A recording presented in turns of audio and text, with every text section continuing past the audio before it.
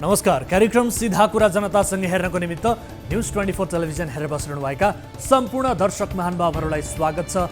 म वीरेन्द्र जैरू। प्रधानमन्त्री पुष्पकमल दाहाल प्रचण्डले तेस्रो पटक प्रधानमन्त्रीमा नियुक्त हुनु अघि नै भन्नुभएको थियो, सन्ततिले सम्झिने गरी विकास गर्न म फेरि प्रधानमन्त्री बन्दैछु। त्यसपछि उहाँ प्रधानमन्त्री बन्नुभयो। अहिले उहाँ दलितको कार्यक्रममा पुग्दा भन्नुहुन्छ, दलित समुदायले सम्झिने गरी राम्रो निर्णय गर्छु। व्यवसायीहरूका अगाडि पुग्दा भन्नुहुन्छ, अर्थतन्त्रले गति समाउने गरी निर्णय गर्छु। उहाँले सुरुमै भन्नुभएको थियो, यसपटक भाषण कम काम बढी गर्छु, भाषण होइन काम गर्छु भन्ने प्रधानमन्त्री दिनहुँ भाषण नै गर्ने कार्यक्रममा व्यस्त बनिरहनु भएको छ। भवन शिलान्यास, पुरस्कार वितरण, प्रशिक्षण उद्घाटन, रिबन काट्ने, पानसमा बत्ती बाल्ने जस्ता काममा प्रधानमन्त्री व्यस्त हुनुहुन्छ। 3 महिनाको अन्तरालमा साझा न्यूनतम कार्यक्रम मात्रै उहाँले बदल्नु भएन, सत्ताका सहयात्री समेत बदल्नु भयो। भोलिदेखि त पात्रो पनि बदलिँदैछ। अर्को शब्दमा भन्ने हो भने प्रधानमन्त्री दाहाल तीव्र गतिमा दौडिरहनु भएको छ। तर उहाँ कहाँ पुग्न यो गतिमा दौडिरहनु भएको छ त्यो चाहिँ स्वयं उहाँलाई नै थाहा छ। कुनै लक्ष्यका लागि दौडिनु भएको हो? प्रत्येक दिनको गति र उपलब्धिको हिसाब साझा गर्ने बानी बसेको छ भने त ठिकै हो, नत्र 5 वर्षसम्म आफ्नो चितवन निर्वाचन क्षेत्रमा केही नगरेको थाहा पाए जस्तो हो भने त यसको अर्थ चाहिँ हुँदैन। चितवनका जनतालाई चुनाव अघि विभिन्न आश्वासन उहाँले बाँड्नु भएको थियो। ती आश्वासन दाहालले 5 वर्षसम्म बिर्सिए। अस्ति मङ्सिर 4 को चुनावको 1 महिना अघि कसैले उहाँलाई जनताका अगाडि गरिएका बाचा सम्झाइदिएछ। त्यसपछि उहाँ हस्याङ फस्याङ गर्दै शिलान्यास गर्दै दौडिनु भएको थियो। पाकेको धानमा पानी हाल्नुको अर्थ छैन भन्ने ज्ञात भएछ क्यारे। उहाँले चितवनका मतदाता फेरि फकाउने लन्ठा गर्नुको सट्टा निर्वाचन क्षेत्र नै बदलिदिनु भयो र पुग्नुभयो गोर्खा। हो, पहिले जस्तै फेरि पनि नहोस्। कतिपय मानिसहरू दिनभरको थकान मेटाउने नाममा साँझ 2 पेग भन्दै 2 क्वार्टर रित्याइदिन्छन्। कम्तीमा हाम्रा प्रधानमन्त्रीले चाहिँ प्रत्येक साँझ नभए मसान्तमा कुन कुन क्षेत्रमा के सुधार गर्ने भनिएका थिए, ती सुधार भए कि भएनन् भनेर समीक्षा गरून्। सुधार गर्न नसक्ने विभाग वा निकायका हाकिमलाई 3 पटकसम्म चेतावनी दिउन्, तब पनि पार नलागे सक्षम मान्छेलाई त्यो जिम्मेवारी दिउन्। मसान्तको दिन सबैलाई यस्तो लागोस् कि आज प्रधानमन्त्रीले धेरैको हिसाब गर्दैछ, तर अहिलेका प्रधानमन्त्री हिसाब चाहिँ कस्तो गर्छन् कुन्नी शेषमा सधैँ आउँछ शून्य मात्रै। अहिलेको मात्र होइन, सधैँका प्रधानमन्त्रीहरूको सोच, धारणा र बोली एकै प्रकृतिको हुन्छ। दर्शकहरूले पनि ख्याल गर्नुभएको होला, मन्त्री प्रधानमन्त्रीहरूको भाषणमा उनीहरूले भन्ने गर्छन् कि व्यक्तिगत स्वार्थ त्यागेर राष्ट्र निर्माणको सङ्कल्प आवश्यक छ। अर्को तरिकाले फेरि भन्छन्, सबैको प्रयासबाट मात्रै विकासका लक्ष्य प्राप्त गर्न सकिन्छ। फेरि भन्छन्, आर्थिक समृद्धिका लागि राष्ट्रिय सहमतिको विकल्प छैन।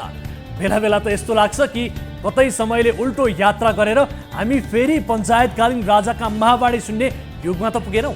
हातमा कार्यकारी अधिकार लिएर बसेकाहरूले उपदेश दिन्छन्, आदर्शका कुरा सुनाउँछन्, नैतिकताका पाठ पढाउँछन्। अझ कतिपयले त यसो गर्नु आजको आवश्यकता हो, यस्तो गर्न सक्नु पर्दछ, यसो नगरेपछि परिन्छ, यो जरुरी छ भन्ने प्रकारका बेतुकका कुरा गर्छन्। 1 गिलास पानीका अगाडि बसेर 10 वर्षसम्म कराए पनि त्यो पानी तातो हुँदैन। कुराले 1 कप चिया पनि पाक्दैन भने फेरि पनि हामीलाई बेकारको गफ किन सुनाइन्छ? कार्यकारी अधिकार लिएकाहरूबाट काम चाहिन्छ, परिणाम चाहिन्छ। धानको खेती पो खस्केको हो त, कुराको खेती त देशमा राम्रै फस्टाइरहेको छ नि, होइन र? जनयुद्ध चलिरहँदा प्रचण्ड सहितका माओवादी नेताहरूका लेख, सन्देश पत्रिकामा पढ्न पाइन्थ्यो। उहाँहरूले संसदीय व्यवस्थाले जनताको मुक्ति नहुने ठोकुवा गर्नुहुन्थ्यो। अहिले जनयुद्ध सकिएको पनि 16-17 वर्ष भयो। अहिले यो व्यवस्थाका संरक्षक माओवादी नेताहरू नै हुनुभएको छ। यो व्यवस्थाको विशेषता बुझेरै माओवादी नेताहरूले त्यो बेला त्यस्तो दाबी गर्नुभएको रहेछ भन्ने लागिरहेको छ। केही नेताहरूको मुठ्ठीमा नेपाली राजनीति परेको 20औं वर्ष भइसकेको छ।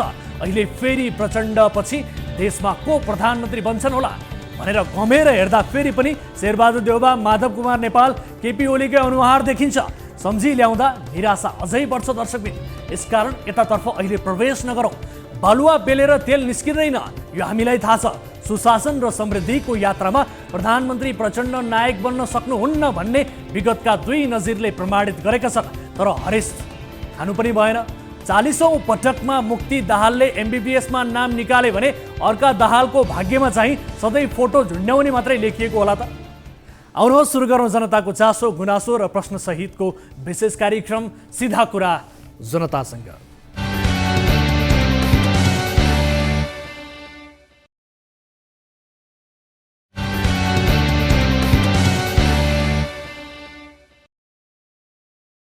ब्रेकपछि स्वागत छ दर्शक महानुभावहरू। कार्यक्रम सीधा कुरा जनतासँगको नयाँ श्रृङ्खलामा उपस्थित भइसकेका छौँ। विविध विषयसहित कार्यक्रममा उपस्थित भएका छौँ। न्युज 24 टेलिभिजनबाट प्रसारित भइरहेका छौँ र आजको कार्यक्रममा पनि हामीले गत कार्यक्रममा जुन शैलीमा कार्यक्रम प्रस्तुत गरेका छौँ त्यसै शैलीमा कार्यक्रम प्रस्तुत गर्नेछौँ। केही महत्त्वपूर्ण विषयको चर्चा र सँगसँगै समसामयिक विषयमा कार्यक्रममा नियमित रूपमा प्रस्तुत हुने रिपोर्ट पनि हामी कार्यक्रममा प्रस्तुत गर्नेछौँ। आजको कार्यक्रमलाई पनि हामीले रेकर्ड गराएका छौँ विशेष कारणवश र खास गरी केही दर्शक महानुभावहरूसँगको गुनासो पनि हामी यहाँहरू समक्ष प्रस्तुत गर्न गइरहेका छौँ। उहाँहरूसँग हामीले कुराकानी गरेका छौँ। त्यो गुनासो पनि हामी कार्यक्रममा प्रस्तुत गर्नेछौँ। आजको पहिलो चर्चातर्फ यहाँहरूको ध्यान आकर्षण गराउन चाहन्छु। प्रधानमन्त्री पुष्पकमल दाहाल प्रचण्डले यसपटक अचानक अस्वाभाविक र अनौठो शैलीमा राष्ट्रिय सहमतिको कुरा झिकेर राजनीतिक उत्पात मचाइदिनु भयो। उहाँले मचाएको राजनीतिक उत्पातमै 3 महिना खेर गयो। उहाँले स्वयं चाहिँ त्यसलाई राजनीतिक उत्पात वा तमासा भन्नुभएको छैन। उहाँले राजनीतिक उतार चढावमै 3 महिना सकिएको स्वीकार चाहिँ गर्नुभएको छ। नेकपा एमालेका अध्यक्ष केपी शर्मा ओलीको भनाइ पत्याउने हो भने उहाँले कसैको दबावका कारण सत्ता समीकरण फेर्नु परेको हो। समीकरणमा केपी ओली हुनु र शेरबहादुर देउवा हुनु नेपाली जनताका लागि चाहिँ बराबर नै हो, किनभने काङ्ग्रेस र एमाले बीच नाम बाहेक काममा तात्विक भिन्नता छैन। तर समीकरण फेरबदल गर्न कुनै बहाना उब्जाउन जरुरी थिए। त्यही भएर उहाँले राष्ट्रिय सहमति गरेर राष्ट्रपति चयन गर्ने अड्को थाप्नुभयो। तर राष्ट्रिय सहमति हुने कुनै गुन्जाइस थिएन र भएन।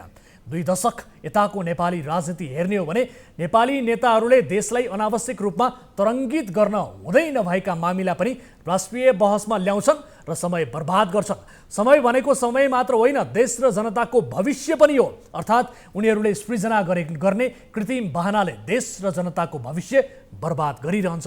यस्तो धेरै पहिलेदेखि भइरहेको छ। प्रधानमन्त्री दाहालले यसपटक राष्ट्रिय सहमति भनेर 2 महिनाभन्दा बढी समय चौपट पार्नुभयो। उहाँले चौपट पार्नुभएका अरू कुराको हिसाब अहिले म यहाँ गर्न चाहन्न, किनभने अहिलेको अपराधमा पुरानो पनि जोडेर व्याख्या गरिनु कुनै हिसाबले दुराशयपूर्ण हुन सक्ला। प्रसङ्ग हो राष्ट्रिय सहमतिको। चैत 23मा सरकारले जारी गरेको संयुक्त सरकारका न्यूनतम साझा कार्यक्रमलाई पनि राष्ट्रिय सहमतिकै हो भन्नुभएको छ। पहिले सरकारमा 7 दल थिए, अहिले 10 दल भएका छन्। अहिले सरकारमा भएका र नभएका राजनीतिक दलहरूको समेत विषय समेटिएका कारण यो दस्तावेज राष्ट्रिय सहमतिको हो भन्ने प्रधानमन्त्रीको तर्क छ।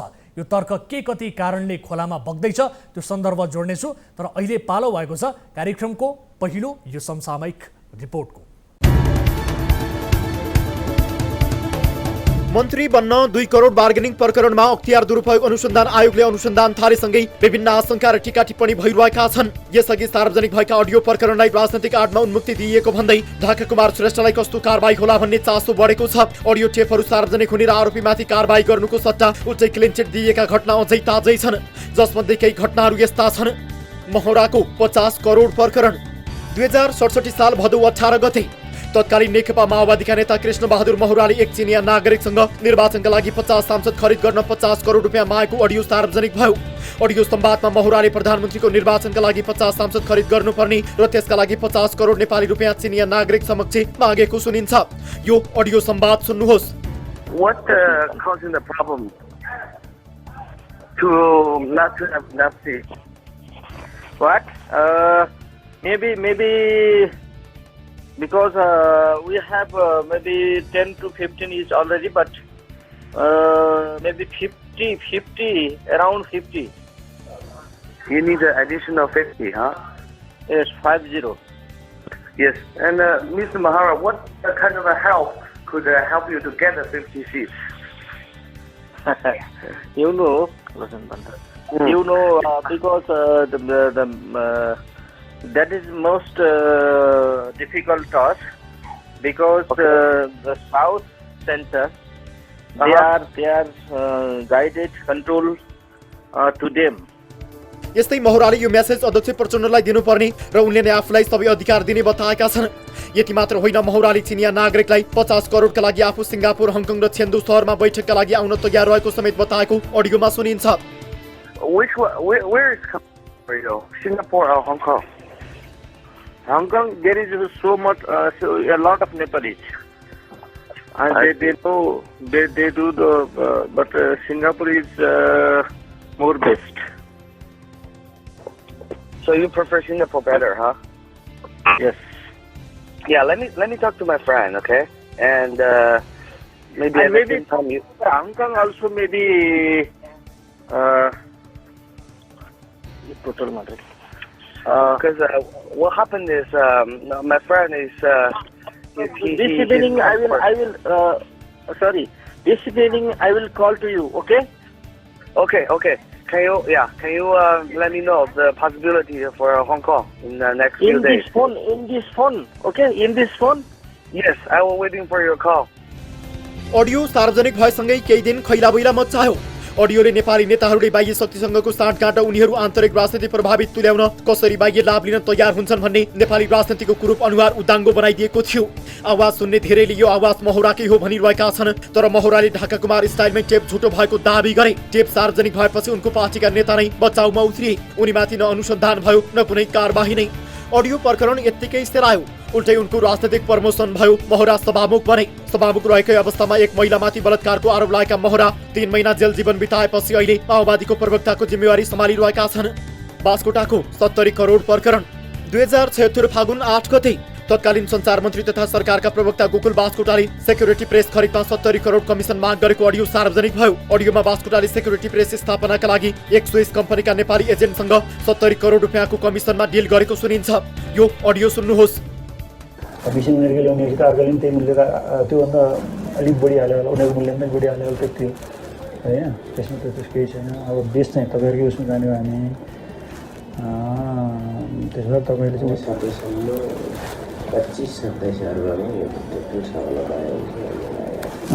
25 निस्क्यो भने कति हुन्छ? 70 गति आउँदैन यो आउट अफ कन्ट्रोल उसमा नजाँदाखेरि 70 को अगाडि 60 70 को अगाडि आउँछ। टोटल 74 जति आउँछ भन्ने हाम्रो अनुमान छ। यसमा चाहिँ हामीले चाहिँ के भने 30-70% तपाईँहरूलाई दिने होइन, 30% हामी राख्ने। हाम्रो एकदम ट्रान्सपरेन्सी हुन्छ, त्यसमा केही छैन। तपाईँहरूलाई 54-55 तपाईँहरू ठाउँ भने 15-16 हामी ठाउँ भने हामीले पनि त अब अलिअलि होइन। अब आउट अफ ट्र्याक जाने हो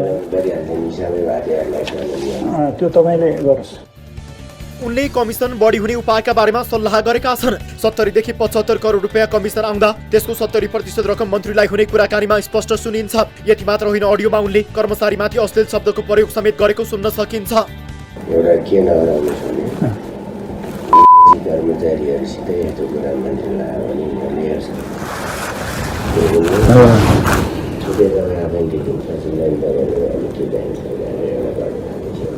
ठिकै छ। त्यसो भए त्यो म आफै गरौँ। त्यो त उनीहरूले जित्ने पो भइहाल्यो। आफै गाउँछ त्यो त उसले लगभग उसको त उसमा त उसले त बनाएर राखिरहेको छ। यो मन्त्रीले बनाएको त 35,000 छ नि। यो 35,000 पनि नभएपछि त 27,000 निस्क्यो भने 28,000 अनि सुन्नु न, अनि यो त ठिक छ। म तत्कालीन अवस्थामा प्रधानमन्त्री थिए केपी शर्मा ओली। उनले बारम्बार आफू भ्रष्टाचार नगर्ने र गर्नेलाई नछोड्ने रटान लगाउँदै आएका थिए। सोही समयमा उनका दाहिने हात मानिएका बास्कोटाको यस्तो अडियो सार्वजनिक भएको थियो। अडियो सार्वजनिक भएपछि बास्कोटाले पनि अडियो आफ्नो नभएको भन्दै बचाउ गरे। उनले मन्त्री पदबाट राजीनामा त दिए, तर यो घटनामा उनलाई कुनै कारबाही भएन। ढाका कुमारको 2 करोड काण्ड गत आइतबार राष्ट्रिय स्वतन्त्र पार्टीका सांसद ढाका कुमार श्रेष्ठले मन्त्री बन्नका लागि 2 करोड रुपियाँ बार्गेनिङ गरेको अडियो सार्वजनिक भयो। विवादित मेडिकल व्यवसायी दुर्गा प्रसाईसँग स्वास्थ्य मन्त्री बन्नका लागि ढाका कुमारले 2 करोड मागेको अडियोमा सुनिन्छ। मुकुलजीलाई त थाहा छैन सर, यो आन्तरिक कुरा। मुकुल पनि अलि त्यो कोर्टमा हुनुहुन्न कि बाहिर महामन्त्री नै हो। अब हजुरलाई पार्टीको कुरा गर्दाखेरि त्यहाँ 2-3 जना चाहिँ छट्टै हुनुहुन्छ कि पार्टीलाई धेरै सहयोग गर्ने, सुरुवाती क्षणदेखि नै सहयोग गर्ने रवि सरलाई। त्यो टिमबाट मलाई कुरा आएको। अब आज मैले फिक्स गर्नुपर्छ पैसा, उधार हुन्न भन्छ नि। 2-2.5 भने मैले अब अहिले चाहिँ 1 दियो भने पनि उनीहरू मान्छन् होला, पछि चेक दियो भने मान्छन् कि 1-2 दिनको यो पैसा पनि तपाईँले उयो रविलाई त बुझाउनु पर्ला नि होइन। मैले रवि सरलाई भन्दा रवि सर देखा गर्नु भएन, बाहिरको 2-3 साथीहरू हुन्छ उहाँलाई दिने। अब पार्टीलाई जान्छ भने खाने। यति मात्र होइन, श्रेष्ठले राजसभाभित्र 2-3 जनाको कोर टिम रहेको र त्यही टिमले यो सबैको चाँजोपाँजो मिलाउने गरेको समेत बताएका छन्। अडियो सार्वजनिक भएपछि श्रेष्ठ पनि बचाउमा उत्रिए। आफ्नो बचाउमा श्रेष्ठले बारम्बार बनावटी बयान दिए। सुरुमा आफ्नो अडियो नभएको भन्दै बचाउ गरेका श्रेष्ठले अडियो बाहिर ल्याए आफूले कोर टिमको खुलासा गरिदिने र अडियो जनौरीको भएको जस्ता फरक टिप्पणी गरेका थिए। अहिले अख्तियार दुरुपयोग अनुसन्धान आयोगले अनुसन्धान अगाडि बढाएको छ। सञ्चार माध्यममा आएका सूचनालाई आधार बनाएर अख्तियारले अनुसन्धान सुरु गरेको छ। अख्तियारले श्रेष्ठले बोलेको अडियोको परीक्षण रकम असुल भएको छ वा छैन र असुल गरेको भए कसलाई बुझाउने को जोडिएका छन् भन्ने सम्मको थप प्रमाण तथ्य खोजी गरेर मुद्दा अगाडि बढाउन सक्छ। ओली र प्रचण्डले बचाए, रविले गरे फास्ट ट्र्याकमा कारबाही। अडियो सार्वजनिक भएको 2 दिनपछि नै राष्ट्रिय स्वतन्त्र पार्टीले समानुपातिक सांसद बनेका ढाका कुमार श्रेष्ठलाई कारबाही गर्यो। सत्य तथ्य छानबिन गरी 72 घण्टाभित्र कारबाही गरिने वाचा गरेका पार्टी सभापति लामिछानेले मंगलबार साधारण सदस्य समेत नरहने गरी ढाका कुमारलाई कारबाही गरिएको निर्णय सुनाए। राष्ट्रिय स्वतन्त्र पार्टीको आज बसेको केन्द्रीय समितिको बैठकलाई पार्टीबाट समानुपातिक कोटामा प्रतिनिधि सभा सदस्य बन्नुभएका माननीय डाक्टर ढाका कुमार श्रेष्ठको पार्टीको साधारण सदस्यता खारेज गरेको छ। हालै सञ्चार माध्यमहरूमा सार्वजनिक भएको टेलिफोन सम्वादको अडियो रेकर्ड प्रकरणले पार्टीको छविमाथि उठेका प्रश्न, उक्त प्रकरणका सम्बन्धमा पार्टीको केन्द्रीय अनुशासन तथा आचरण समितिले गरेको छानबिन पश्चात केन्द्रीय समितिलाई बुझाएको सिफारिस सहितको प्रतिवेदन तथा पार्टी विधानको धारा 56(4) बमोजिम डाक्टर श्रेष्ठको पार्टीको साधारण सदस्यता खारेज गर्ने निर्णय गरिएको छ। ढाका कुमार मुछिएको अडियो प्रकरण जस्तै महुरा र बास्कुटा अडियो प्रकरणमा पनि धेरै कुरा समान छन्। तर पुष्पकमल दाहाल प्रचण्ड अध्यक्ष रहेको माओवादी केन्द्रले कृष्णबहादुर महुरालाई कुनै कारबाही गरेन। अर्कोतिर केपी शर्मा ओली अध्यक्ष रहेको नेकपा एमाले पनि गोकुल बास्कुटालाई कुनै कारबाही गरेन। दण्डहीनता मौलाउने खतरा रहेको अवस्थामा राष्ट्रिय स्वतन्त्र पार्टीले गरेको कारबाहीको प्रशंसा भइरहेको छ। राष्ट्रिय सहमतिको अनर्गल प्रचार कसरी बनावटी र दुराशयुक्त बहानाबाजी हो भन्ने कुरा अब प्रमाणित हुने बेला आएको छ। अहिले संसदमा रहेका मध्ये 3वटा विधेयक चाँडोभन्दा चाँडो पास गराउने योजनामा वर्तमान सरकार छ। अहिलेको सरकारसँग कुनै पनि विधेयक सजिलै पास गराउने बहुमत पनि छ। यो बेला प्रधानमन्त्री वा सत्ता पक्षलाई प्रतिपक्षी वा सत्ता पक्षमा नभएका राजनीतिक दलहरूको समर्थन नभए पनि पुग्छ। जस्तो कि बेपत्ता पारिएका व्यक्तिको छानबिन, सत्य निरूपण तथा मेलमिलाप आयोग ऐन 2071लाई संशोधन गर्न भनेको विधेयक, संवैधानिक परिषद काम कर्तव्य र अधिकार कार्यविधि सम्बन्धी ऐन 2066लाई संशोधन गर्न भनेको विधेयक र सम्पत्ति शुद्धिकरण निवारण तथा व्यावसायिक वातावरण प्रवर्धन सम्बन्धी केही ऐनलाई संशोधन गर्न भनेको विधेयक 2079। यी विधेयकलाई सत्ता पक्ष फास्ट ट्र्याकबाट पास गर्न चाहन्छ। नेपाली काङ्ग्रेसका महामन्त्री गगन थापाको चाहना चाहिँ यी विधेयकमा होइन, नागरिकता ऐन संशोधन गर्न भनेको विधेयक यही अधिवेशनबाट पारित गर्नुपर्छ भन्ने छ। तर सरकारको प्राथमिकता अहिले 3 प्रमुख विधेयक परेका छन्। सरकारको प्राथमिकतामा अहिले 3 प्रमुख विधेयक परेका छन्। यी विधेयक पारित गर्न प्रधानमन्त्रीले विपक्षीहरूसँग पनि संवादको औपचारिकता पूरा गर्नेछन् अनि संसदबाट जबरजस्ती नै, सहमतिमा भए सहमतिमै, नाराबाजीका बीच भए नाराबाजीमै एमसीसी झै यी विधेयक पारित हुनेछन्। यदि प्रधानमन्त्री दाहाल साँच्चै राष्ट्रिय सहमतिकै पक्षधर हुन् भने उनले राष्ट्रिय सहमति नभएका कारण यी विधेयक पास गर्न सकिएन भन्न सक्नुपर्छ। तर उनले यसो भन्ने छैनन्, किनभने राष्ट्रिय सहमति भनेको फकत एक नाटक मात्रै हो।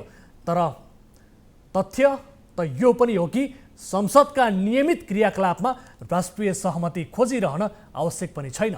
चियाको कपमा तुफान चलाउने बानी परेका हाम्रा प्रधानमन्त्रीलाई बेला नकुबेला राष्ट्रिय सहमतिको भूत सवार हुन्छ। राष्ट्रिय सहमति चाहिने अवस्थाहरू पनि हुन्छन्, तिनका बारेमा चर्चा गर्छु। तर पालो भएको छ आजको दोस्रो रिपोर्टको। यो रिपोर्ट हेर्नुहोस्। सिंहदरबार स्थित केन्द्र सरकार र बागदरबार स्थित काठमाडौँ महानगर अर्थात् स्थानीय सरकार बीचको द्वन्द्व झन्झन चर्किँदै गएको छ। महानगरपालिका र केन्द्र सरकार बीच पछिल्लो समय समन्वय र सहकारी होइन, चेतावनीको भाषा आदान प्रदान चलिरहेको छ।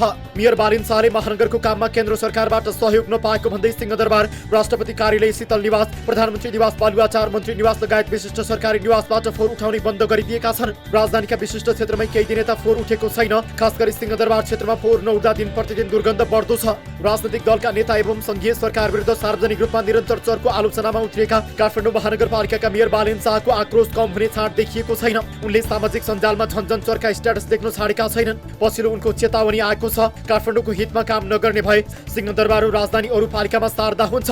उनले भनेका छन् कि काठमाडौँको हितमा काम गर्नुहोस् कि सिंहदरबार अरू पालिकामा सार्नुहोस्, हामी काठमाडौँवासीलाई कुनै आपत्ति छैन, चाहे सिंहदरबार सार्नुहोस् कि राजधानी सार्नुहोस्। बालिनको यो स्ट्याटस हेर्नुहोस्। काठमाडौँ 3 कुने गैरीगाउँ स्थित सुकुम्बासी बस्ती हटाउन सुरक्षा संयन्त्रले सहयोग नगरेपछि मेयर शाहले लगातार संघीय सरकारमाथि चुनौतीको भाषामा प्रतिक्रिया व्यक्त गरिरहेका छन्। सिंहदरबार र बालुवाटारबाट फोहोर नउठाउन निर्देशन दिएर बालेनले संघीय सरकारमाथि सार्वजनिक रूपमै प्रतिशोध साधेका हुन्। यसअघि संसदमा बोल्दै नेपाली कांग्रेसका महामन्त्री गगन थापाले सिंहदरबार र बागदरबारको टकरावलाई चाँडै अन्त्य गर्न प्रधानमन्त्रीलाई आग्रह गरेका थिए। महानगरका जायज माग समाधान गर्न उनले आग्रह गरेका थिए। बागदरबार र सिंहदरबार बीच टकराउ देखिएको छ। काठमाडौँ महानगरपालिकाले फोहोर नउठाउने भनेको छ। एउटा निर्वाचित जनप्रतिनिधि स्थानीय सरकारको प्रमुखले आफ्नो असहमति प्रकट गर्दै गर्दा अत्यावश्यक सेवा अवरोध गरेर आफ्नो माग सुनवाई गराउने शैली, प्रयोग भएको भाषा, लवज यो ठिक वा बेठिक यसका बारेमा बहस हुन सक्ला, बहस गरौँला यथोचित समयमा यो विषयमा प्रवेश पनि गरौँला। तर अहिलेलाई म सम्माननीय प्रधानमन्त्रीलाई आग्रह गर्न चाहन्छु, कुनै विलम्ब नगरिकन, कुनै आग्रह नगरिकन काठमाडौँ महानगरपालिकासँग छलफल गरियोस्, संवाद गरियोस्। जुन विषय अहिले सल्टाउनु पर्ने हो सल्टाइयोस्, जुन विषयमा समझदारी कायम गर्नुपर्ने हो समझदारी कायम गरियोस्, जायज मागहरू पुरा गरियोस् र हामी काठमाडौँका जनप्रतिनिधिहरूलाई पनि यो प्रक्रियामा सम्मिलित गराइयोस्। यो संविधानले 3 तहको सरकार भन्छ र कोअपरेटिभ फेडरलिजमको मान्यताको आधारमा चल्नुपर्ने भन्छ सम्माननीय सभामुख महोदय। तर यो मर्मलाई हामीले आत्मसात गरेका छैनौँ। फोहोर व्यवस्थापनदेखि यातायात, पूर्वाधार लगायतका शिक्षा, स्वास्थ्य कैयन विषयहरूमा प्रदेश सङ्घ र स्थानीय सरकार, कतिपय ठाउँमा स्थानीय सरकारहरूको बिचमा समन्वय भयो भने मात्रै यथोचित परिणाम प्राप्त हुन सक्दछ। तर यो हुन सकिरहेको छैन। यसमा सङ्घको सरकारले प्रोएक्टिभ रोल गर्नुपर्ने हो। महानगरको फोहोर नउठाउने रवैयाको प्रतिक्रियामा केन्द्र सरकारले मेयरलाई पदीय मर्यादा नभुल्न र जनस्वास्थ्यमाथि खेलवाड नगर्न आग्रह गरेको छ। संविधान, कानून र स्थानीय सरकार सञ्चालन ऐनमा रहेका व्यवस्थाहरूको प्रतिकूलमा नजान मेयरलाई आग्रह गरिएको छ। यसअघि सरकारले बारेनलाई चुनौतीपूर्ण शैलीमा फोहोर उठाउन निर्देशन दिएको थियो। मंगलबार मन्त्री परिषद बैठकले काठमाडौँ उपत्यकाको फोहोर उठाउने जिम्मा स्थानीय तहको भएकाले आफ्नो जिम्मेवारी बोध गरेर काम गर्न मेयर शाहलाई सचेत गराउने निर्णय गरेको थियो। बैठकपछि बोल्दै सरकारका प्रवक्ता तथा सूचना तथा सञ्चार मन्त्री रेखा शर्माले फोहोर व्यवस्थापन गर्न छलफल गर्ने र नियम पालना नभए सरकारले गम्भीरतापूर्वक ध्यानाकर्षण गराउने बताएकी थिइन्। सिंहदरबार, बालुवाटार, त्यसपछि सत्र निवासको फोहोर नउठाउने भन्ने जुन काठमाडौँ महानगरका प्रमुखले जे बाहिर घोषणा गर्नुभएको छ त्यो विषय नीतिगत रूपमा काठमाडौँ उपत्यकाको फोहोर स्थानीय तहले उठाउने भन्ने नीतिगत व्यवस्था हो। त्यो नीतिगत व्यवस्था परिवर्तन भएको छैन र त्यो नीतिगत व्यवस्था अनुसार योलाई व्यवस्थापन गर्ने निम्ति छलफल गर्ने र त्यसो हुँदा पनि भएन भने यो नीति पालना गर्नको निम्ति सरकारले गम्भीरतापूर्वक ध्यानाकर्षण गराउने भन्ने विषयमा एउटा गम्भीर ढङ्गबाट छलफल भएको छ। उहाँको अभिव्यक्तिदेखि लिएर सबै कुराहरू जे भइरहेको छ त्यो अलि अराजकतातिर छ भन्ने कुरामा पनि यहाँ छलफल भएको छ। मेयर शाहले 14 कारण प्रस्तुत गर्दै सरकारी निवासको फोहोर नउठाएको विषयमा प्रश्न पारेका छन्। सिंहदरबार, शीतल निवास, प्रधानमन्त्री निवास, मन्त्री निवास लगायत सरकारी निवासबाट फोहोर उठ्न नसकेको 5 दिन बितिसकेको छ। यी क्षेत्रमा फोहोरको थुप्रो लागेको छ। फोहोर नउठेर गराउन थालेपछि पैदल यात्रुहरू नाक थुनेर हिँड्न बाध्य छन्। एक स्थानीय तहका प्रमुखले लगातार संघीय सरकारका मन्त्री प्रधानमन्त्रीमाथि धावा बोलेपछि सिंहदरबार र बागदरबारको टकराव झन्झन चर्किँदै गएको छ। महानगरलाई स्वच्छ र सफा राख्ने दायित्व स्थानीय र सङ्घ दुवै सरकारको हो, तर काम गर्नुको सट्टा झगडा गर्न तम्सिएपछि महानगर दुर्गन्धित बन्दै गएको छ। केन्द्र सरकार र महानगरबीच समन्वय हुनुपर्नेमा आपसी समझदारी र टकराव बढ्दै गएको छ। उता फोहोर विसर्जन गर्ने क्षेत्रका स्थानीयले फेरि फोहोर फाल्न नदिने चुनौती दिन थालेका छन्। उसै पनि फोहोरको मामिला निकै पेचिलो बनिरहेकोमा समाधान खोज्नुपर्ने निकाय बीचमै मनमुटाव र भनाभनको स्थितिले समाधान होइन, समस्या झन् चर्काउने छ। केन्द्र सरकार र महानगर जुधेर होइन, मिलेर तत्कालै आपसी समन्वय र समाधानमा लाग्नुपर्ने देखिन्छ। दर्शकहरू, यो रिपोर्ट यहाँहरूले हेरिसक्नु भएको छ। अब अर्को चर्चा म यहाँनिर जोड्न चाहन्छु। मधेस विद्रोह हुँदा त्यो बेला मधेसी जनताले आत्मसम्मान खोजेका थिए। मधेस विद्रोहको ठोस कुनै माग थिएन। मधेसीहरू नेपालको तराईमा सदियौँदेखि थिए, तर उनीहरूलाई भारतीय झै हेर्ने काठमाडौँको फरक दृष्टिकोणका विरुद्ध उठेको त्यो विद्रोह नेताहरूले अन्तै मोडिदिए। 3 जनाले नेपाली हो भनेको भरमा जो कोहीलाई नेपाली नागरिकता दिलाउने उद्देश्य त्यो विद्रोहको थिएन। मधेसमा मधेसीलाई नै अल्पमतमा पार्ने गरी जो कोहीलाई नागरिकता दिलाउन कोही तयार थिएनन्। तर यहाँ त्यस्तै भयो। जस्तो कि 62-63 सालको जनआन्दोलनमा जनताको माग निरङ्कुश राजतन्त्रको अन्त्य र गणतन्त्र भन्ने थियो।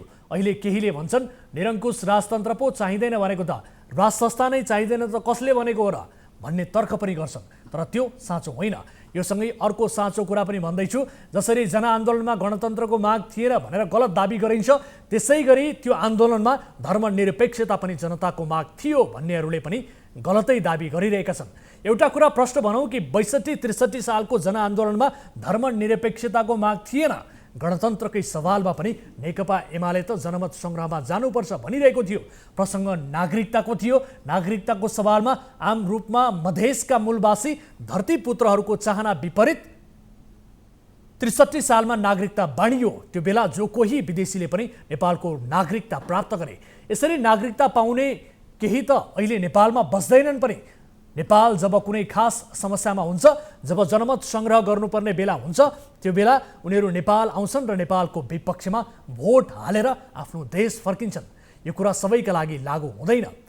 त्यो बेला जन्मका आधारमा नागरिकता लिएकाहरूका सन्तानले अब वंशजका आधारमा नागरिकता पाउनेछन्। त्यसका लागि वर्तमान सरकारले नेपाल नागरिकता पहिलो संशोधन विधेयक 2079 पारित गर्ने हरसम्भव प्रयास गर्नेछ। प्रधानमन्त्रीले भन्ने गर्नुभएको राष्ट्रिय सहमति चाहिने भनेको नागरिकता जस्तो विषयमा हो, तर त्यसतर्फ ध्यान गएको छैन। दर्शक महानुभावहरू, यो चर्चापछि अब यति बेला पालो भएको छ एउटा छोटो ब्रेकको। ब्रेक पछाडि फेरि पनि केही चर्चा र रिपोर्टसहित प्रस्तुत हुनेछौँ। यहाँहरू हेरिरहनु भएको छ कार्यक्रम सिधा कुरा जनतासँग, मात्र न्युज 24 टेलिभिजनमा। अहिलेलाई छोटो ब्रेक।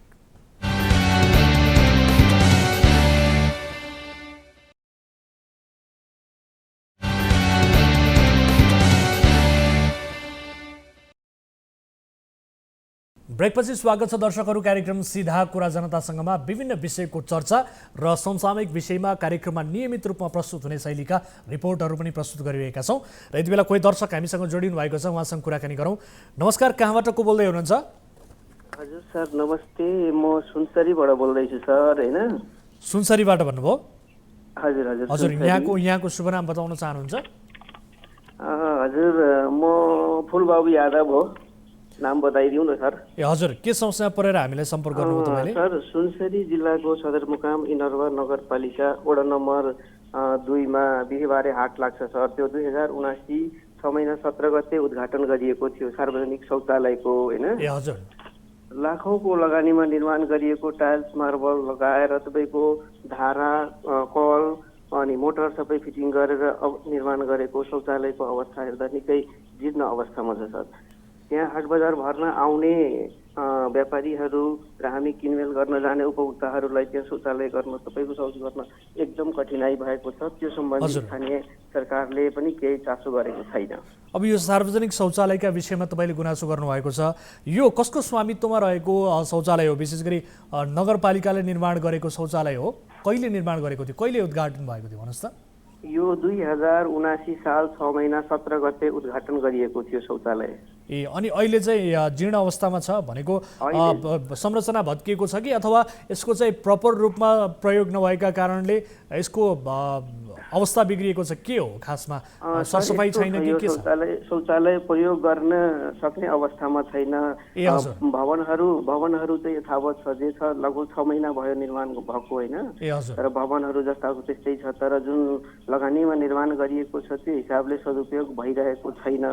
त्यस्तो अवस्था छ सर। अनि त्यहाँ शौचालय सरसफाइका लागि कर्मचारीहरू राखिएको छैन? त्यो त राखिनुपर्छ नि। राखिएको छैन सर। त्यो नगर क्षेत्रभित्र रहेको घना बस्तीको बिचमा रहेको बिहिबारे हाटमा नि सर त्यो शौचालय छ, तर त्यो बजार भर्न आउने र उपभोक्ताहरू किनमेल गर्न आउने उपभोक्ताहरूलाई शौच गर्न यति कठिनाई हुन्छ। हामी त जस्तै पशु जस्तो जता पाए त्यतै शौच गर्न मिल्दैन, त्यसको लागि एउटा निश्चित ठाउँ हुन्छ, त्यो पनि केही छैन सर। होइन, अब नगरपालिकाको स्वामित्वमा हो, नगरपालिकाले निर्माण गरेको सार्वजनिक शौचालय हो भने त त्यहाँ नगरपालिकाले कर्मचारी पनि सरसफाइका लागि त खटाउँछ नि, त्यहाँ राखिनुपर्छ कर्मचारी। त्यो अवस्था थिएन सुरुदेखि नै कि के हो अहिले? त्यो अवस्था चाहिँ सर अब सुरुदेखि के थियो त्यो चाहिँ हामीलाई त्यति जानकारी भएन, तर सर म त्यो ठाउँमा एक दिन पुग्दाखेरि त्यस्तो अवस्था देखियो, तर अझै पनि त्यस्तो कर्मचारीहरू सरसफाइका लागि राखिएको छैन। होइन, कुनै त्यस्तो मान्छेहरू राखिएको छैन। तपाईँले यो सुनसरीको इनरवा नगरपालिकाको कुरा गर्नुभयो होइन? हजुर, जहाँ तपाईँको नेपाल दूरसञ्चार टेलिकमको छेउमै रहेको त्यो शौचालय हो बिहिबारे हाट। अनि जुन बिहिबारे हाटको ठेकेदारले जुन कर असुली गरिरहेको हुन्छ नि सर, त्यो कर असुल्ने मात्रै काम गर्छन्, तर त्यसले दिने सेवा सुविधाहरू चाहिँ सायद दिएको छैन होला। त्यो बजार समितिले पनि हेर्नुपर्ने हो, त्यो पनि हेरिएको जस्तो लाग्दैन। हस्, ठिक छ। अनि तपाईँले यो कम्प्लेन चाहिँ विशेष गरी नगरपालिकाका मेयर साहब अथवा अन्य जनप्रतिनिधिहरूलाई सम्बन्धित वडा अध्यक्षलाई कम्प्लेन गर्नुभयो त तपाईँले? हजुर, मैले कतै पनि गरेको छैन कम्प्लेन। ए, सिधै हामीलाई तपाईँले यसबारे जानकारी? हजुर हजुर। हजुर त्यसको लागि सही सत्य तथ्य छानबिन गर्नलाई हजुरको जुन सुनसरी सहकर्मी छ उहाँलाई एकचोटि स्थलगत निरीक्षण गर्न पठाइदिँदाखेरि तपाईँको दुधको दुध र पानीको पानी प्रत्यक्ष त्यहाँका जुन व्यापारीहरू हुन्छ नि उहाँको प्रतिक्रियाबाट एकदम प्रष्ट हुन सक्छ सर। हस्, तपाईँ र मेरो कुराकानीका आधारमा पनि यो सम्बन्धित इनरुवा नगरपालिकाका जनप्रतिनिधि को ध्यान आकर्षण पक्कै पनि हुनेछ भन्ने अपेक्षा गरेका छौँ र हामी पनि यसबारेमा बुझ्नेछौँ। उहाँहरूको ध्यान आकर्षण हामी पनि गराउनेछौँ गम्भीरतापूर्वक। तपाईँले सार्वजनिक चासोको विषयमा राख्नुभएको यो गुनासो एकदमै जायज गुनासो छ कि सार्वजनिक शौचालय जसरी आम जनताका लागि बनाइएको हो त्यसै गरी उहाँहरूले सही र सुरक्षित अनि सफा ढङ्गबाट प्रयोग गर्न पाउनुपर्छ र त्यसको संरक्षणका लागि त्यसको सरसफाइका लागि कर्मचारीहरू पनि नगरपालिकाले खटाउनुपर्छ। यो खटाइएको थियो कि थिएन अथवा अहिले छैन भनेर तपाईँले जुन गुनासो गर्नुभएको छ शौचालयको बेहाल अवस्थाबारे जानकारी गराउनु भएको रहेछ। यसबारे हामी पक्कै पनि सम्बन्धित निकायको ध्यान आकर्षण गराउनेछौँ। अहिलेका लागि मैले सर त्यो भिडियो पनि पठाएको छु, त्यो फोटो खिचेर फोटो पनि पठाइदिएको छु सर। हामीलाई पठाउनु भएको छ भाइबरमा पठाएको छु। हस्, हामी यसबारे बुझ्नेछौँ। तपाईँलाई धेरै धेरै धन्यवाद दिन चाहन्छु। धन्यवाद सर तपाईँलाई। दर्शक महानुभावहरू, उहाँले यो गुनासो राख्नु भएको छ सार्वजनिक शौचालयका विषयमा। हामी यसबारे सम्बन्धित इनरुवा नगरपालिकाका मेयर साहब र अन्य जो जनप्रतिनिधिहरू हुनुहुन्छ, सम्बन्धित ओडाका ओडा अध्यक्ष जहाँ यो सार्वजनिक शौचालय निर्माण भएको छ त्यो के भएको रहेछ भनेर एकपटक तपाईँहरू पनि अनुगमनमा गइदिनु होला। तपाईँहरूको यो दायित्व रहन्छ। यसबारे हामी पक्कै पनि बुझ्नेछौँ उहाँहरूसँग भन्दै यो विषयलाई फलोअप गर्नेछौँ भन्दै अब आजको अर्को विषयतर्फ यहाँहरूको ध्यान आकर्षण गराइहाल्छु। हाम्रो देशको मामिलामा केही प्रसङ्गहरू छन्, ती प्रसङ्ग स्मरण गर्ने हो भने यस्तो लाग्छ कि यहाँ सदाचार अब समाप्त भइसकेको छ। अख्तियार दुरुपयोग अनुसन्धान आयोगका आयुक्त राजनारायण पाठक विरुद्धको भ्रष्टाचार अभियोग प्रमाणित नै भयो। अख्तियारमा बसेर पाठक घोषको बार्गेनिङ गर्थे। पाठकले गरेको बार्गेनिङको अडियो त्यो बेलाका प्रधानमन्त्री केपी शर्मा ओलीले पनि सुनेका थिए। लामो समयसम्म पनि त्यस्तो अडियो सुनेर ओली शान्त भए। उनले पाठकको त्यो हरकतलाई कारबाहीको विषय बनाएनन्। संवैधानिक आयोगका आयुक्तहरूलाई सरकारले कारबाही गर्न सक्दैन, तर सरकारले संसदमा महाभियोग दर्ता गर्न सक्थ्यो। नेपालमा महाभियोग त राजनीतिको फगत एक अस्त्र मात्रै बनेको छ।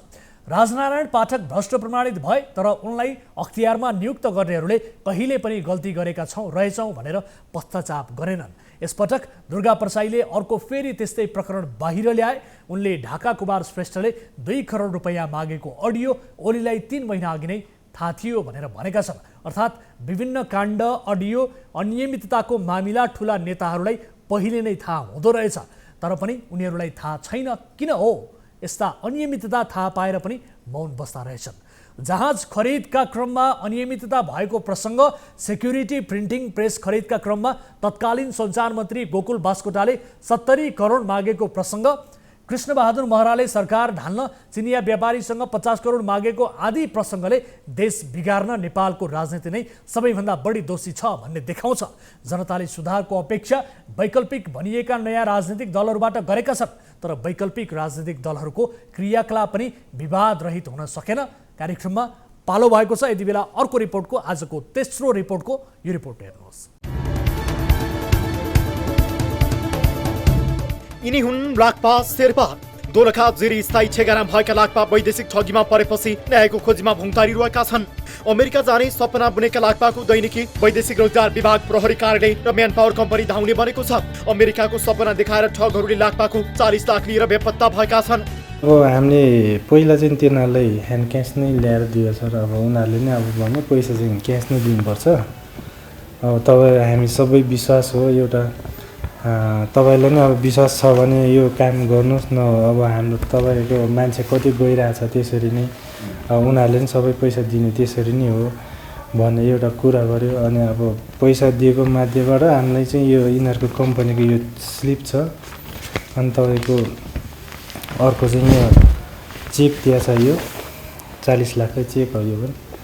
अनि त्यसको 40 लाखको एउटा वकिल राखेर हामीले यो लिखित तमासु बनाएको छ।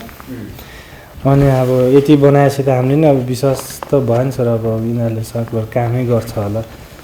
पहिला जाने मान्छेहरूले नि यसरी नै गएको होला जस्तो लाग्यो। अब हामीलाई चाहिँ त्यसरी चाहिँ अब हामीलाई पैसा लिएर यसरी कागज बनाएर दिएपछि अनि अब उनीहरूले तपाईँहरू केही महिना वेट गर्नु, 1-2 महिनाभित्रमा काम हुन्छ। काम भएपछि तपाईँहरू अब अब यति पैसा लिएपछि हामीले अब उता मेक्सिको कटेपछि पछि बाँकी पैसा तपाईँहरूले अब उता बोर्डर क्रस गरेपछि दिनुपर्छ भन्ने कुरा गरेको थिएँ। 3 महिनामा अमेरिका उडाउने आश्वासन दिएर सिनामङ्गल स्थित USHR मेन पावरले आफूबाट 3 किस्तामा 40 लाख असुलेको लाक्पाको भनाइ छ। 1 महिना 2 महिना हुँदै लाक्पाको काम हुन्छ भनिएको वर्ष दिन बित्यो तर फ्लाइट भएन। मेन पावरले बन्द गरेर सञ्चालकहरू फरार भएपछि लाक्पाको अमेरिका सपना चकनाचुर भएको छ। अहिले लाक्पासँग न त पैसा बाँकी रह्यो न त अमेरिका जाने आशा नै पूरा भयो। अमेरिकाको सपनाले आफूसँग भएको धन सम्पत्ति पनि स्वाहा बनाइदिएको छ।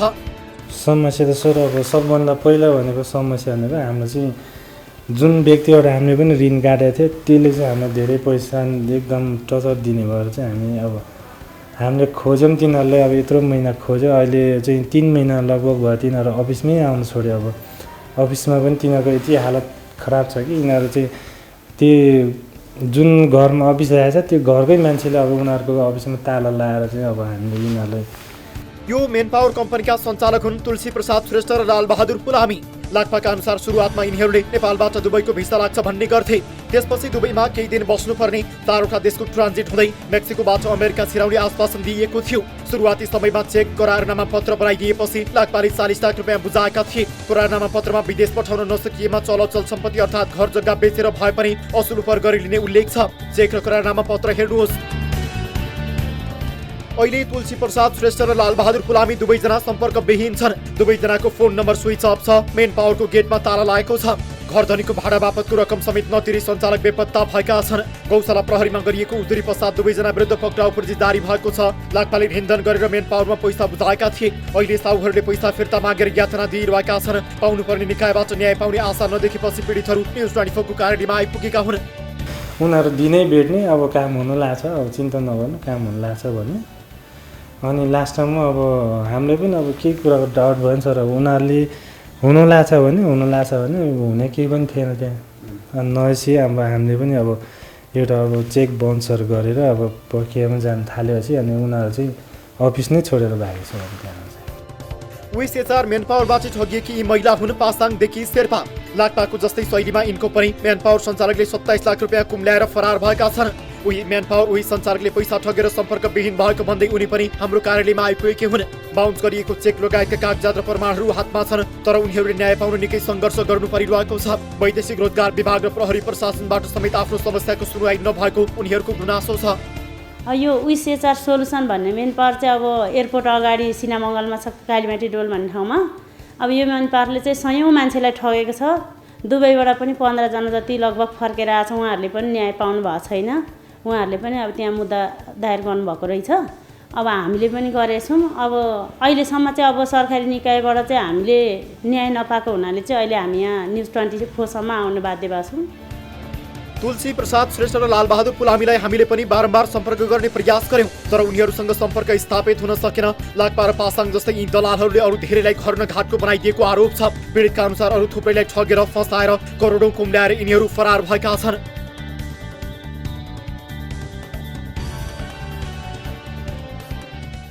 दर्शकहरू, नेपाली समाजको एउटा अनौठो विशेषता छ। यो समाजले सधैँ सदाचारको आशा गर्छ तर पछि चाहिँ जो कोहीको लाग्छ। कतिपय पात्र यस्ता छन्, ती पात्र पूर्णतः कैफियतग्रस्त छन्। उनीहरूबाट समाजको हित हुँदैन भन्ने प्रमाणित छ तर पनि मानिसहरू त्यस्तै कैफियतग्रस्त मान्छेको पछि लाग्छन्, मत दिन्छन्, सांसद, मन्त्री र कहिलेकाहीँ प्रधानमन्त्री बनाउँछन्। भारतमा 2 कार्यकाल नरेन्द्र मोदी त्यहाँका प्रधानमन्त्री भए। भारतमा पनि प्रधानमन्त्री हुने चाहना राख्ने कति नेताहरू होलान्, कति नेता, तर उनीहरूले मोदीलाई स्वीकार गरे र आफूहरू नै प्रोफाइलमै बसे। भाजपाका अध्यक्ष होइनन् मोदी तर उनी दोस्रो कार्यकालमा प्रधानमन्त्री छन्। मोदी प्रधानमन्त्री भए यता नेपालमा सुशील कोइराला, केपी ओली, पुष्पकमल दाहाल, फेरि केपी ओली, शेरबहादुर देउबा, फेरि प्रचण्ड गरी प्रधानमन्त्रीहरूको लाइन लागेको छ। नेपालमा भइरहेको यो राजनीति चाहिँ कम्तीमा होइन। राजनीतिको नाममा मचिएको यो तमासा ठुलो हेर्न हर सचेत नागरिक यति बेला बाध्य छ। दर्शक महानुभावहरू, आजलाई यिनै चर्चा र यिनै महत्त्वपूर्ण विषयहरू प्रस्तुत गर्दै कार्यक्रमको निर्धारित समय पनि सकिएको छ। कुनै पनि समस्या पर्नु भएको छ भने हाम्रो टोल फ्री नम्बर 1660 012 24 24, यसै गरी एनसेल नम्बर 98 015 7 24 24 र एनटिसी नम्बर रहेको छ 97 45 61 56 54 मा तपाईँले सम्पर्क गर्न सक्नुहुनेछ। हाम्रो 24 हेल्प डेस्क तपाईँको समस्या सुन्नका लागि, तपाईँका गुनासा सुन्नका लागि तयार भएर बसेको छ। तपाईँले जुनसुकै बेला पनि हामीलाई सम्पर्क गर्न सक्नुहुनेछ। आजको कार्यक्रममा केही महत्त्वपूर्ण विषयको चर्चा र सँगसँगै समसामयिक विषयमा नियमित रूपमा कार्यक्रममा हामीले जस्तो शैलीका रिपोर्टहरू प्रस्तुत गर्छौँ ती रिपोर्टहरू समेत प्रस्तुत गऱ्यौँ। यो सँगै आजलाई कार्यक्रम सीधा कुरा जनतासँगको निर्धारित समय सकिएको छ। कार्यक्रमबाट म वीरेन्द्र जैरूलाई बिदा दिनुहोस्। नमस्कार।